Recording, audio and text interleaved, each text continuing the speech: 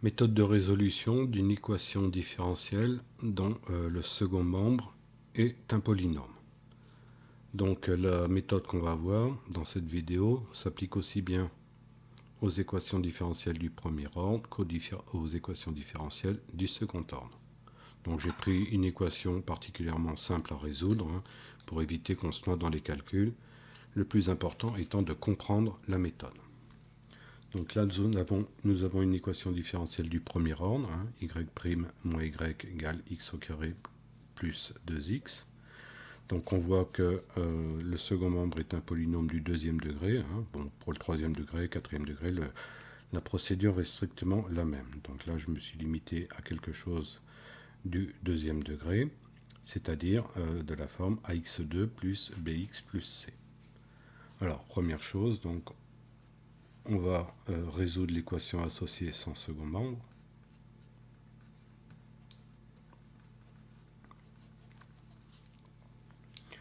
Donc l'équation associée sans second membre, je vous rappelle que c'est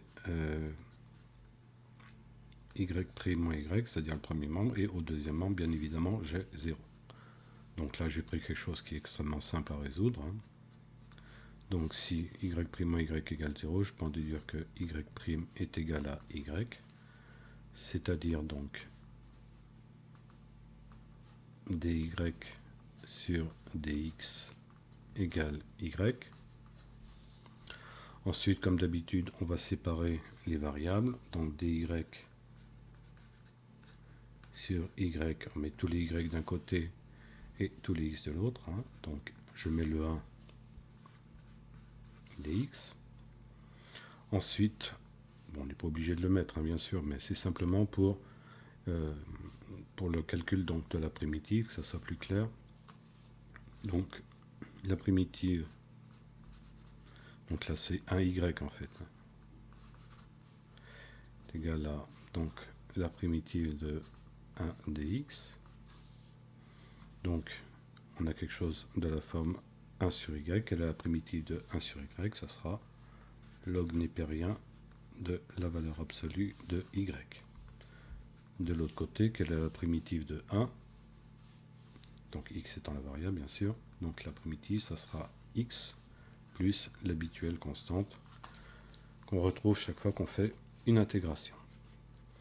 Ensuite, on va passer à la fonction réciproque du log népérien pour avoir y tout seul. Donc exponentielle de log népérien de valeur absolue de y égale exponentielle de x plus k. Qu'on peut encore écrire. Donc exponentielle de log népérien, donc ce sont des fonctions réciproques. Donc je vais avoir y tout seul qui sera égal à exponentielle de x plus k qui sera égal donc à exponentielle de x fois exponentielle de k. Et comme d'habitude, je vais appeler, ça c'est une constante, l'exponentielle d'une constante c'est aussi une constante que je vais appeler c. Donc la solution générale de l'équation associée sans second membre sera y égale c exponentielle de x. Donc c'est vraiment quelque chose de très simple à résoudre. Deuxième étape, qui nous intéresse plus particulièrement, donc c'est la recherche de la solution particulière. Donc de l'équation complète, bien évidemment. Donc y', je la réécris, y' moins y égale x au carré plus 2x. Donc là j'ai un polynôme et je veux repérer donc le monôme de plus haut degré. On voit que j'ai x au carré qui est le monôme de plus haut degré. Donc je vais en déduire que je vais rechercher une solution de la forme d'un polynôme du deuxième degré aussi. Donc ax2 plus bx plus c. On prend donc tous les monômes avec la puissance de x décroissante. On va jusqu'à la constante, impérativement. Donc, une fois qu'on a y, on a posé y est de cette forme, on va déterminer la forme de y'. Donc la dérivée de ax au carré, ça sera 2ax. La dérivée de bx, ça sera b tout simplement. Et on remplace.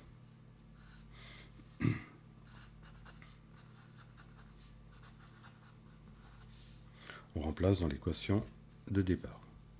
Donc y', alors je vais mettre des parenthèses qui permettent de mettre en évidence, hein. Y' c'est 2ax plus b moins y, c'est-à-dire moins ax au carré plus bx plus c, et j'ai de l'autre côté x au carré plus 2x. Donc je vais développer, hein, le but du jeu bien évidemment c'est déterminer les valeurs de petit a, petit b et petit c. Donc 2ax plus b, attention au signe moins, moins ax au carré, moins bx, moins c égale x au carré plus 2x. Ensuite, je vais passer à la phase d'identification. Donc, je vais commencer par l'x au carré. Qu'est-ce que j'ai comme x au carré à gauche? Donc, j'ai moins ax au carré. Qu'est-ce que j'ai comme x au carré à droite? Donc, j'ai x au carré, tout simplement. Donc, je peux en déduire que a égale moins 1. Donc, voilà la valeur de petit a. Donc ça c'est pour l'x au carré. Maintenant je vais m'intéresser au terme en x. Alors qu'est-ce que j'ai à gauche? Donc 2ax moins bx. Et à droite donc j'ai 2x. Donc je vais pouvoir mettre x en facteur à gauche.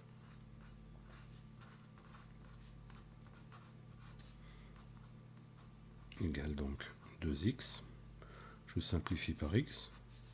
Et j'obtiens donc 2a moins b égale 2. Je sais que a est égal à moins 1. Donc 2a, ça me fera moins 2. Moins 2 moins b égale 2. Donc le moins 2, je le passe de l'autre côté. Ça me donne moins b égale 2 plus 2, 4. Donc b égale moins 4.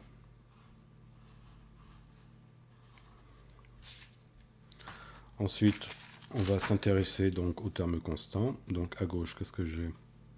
J'ai b moins c égale, là donc j'ai rien du tout, hein, comme constante à droite. Comme je sais que b égale moins 4, je remplace et je vais dire que c égale moins 4.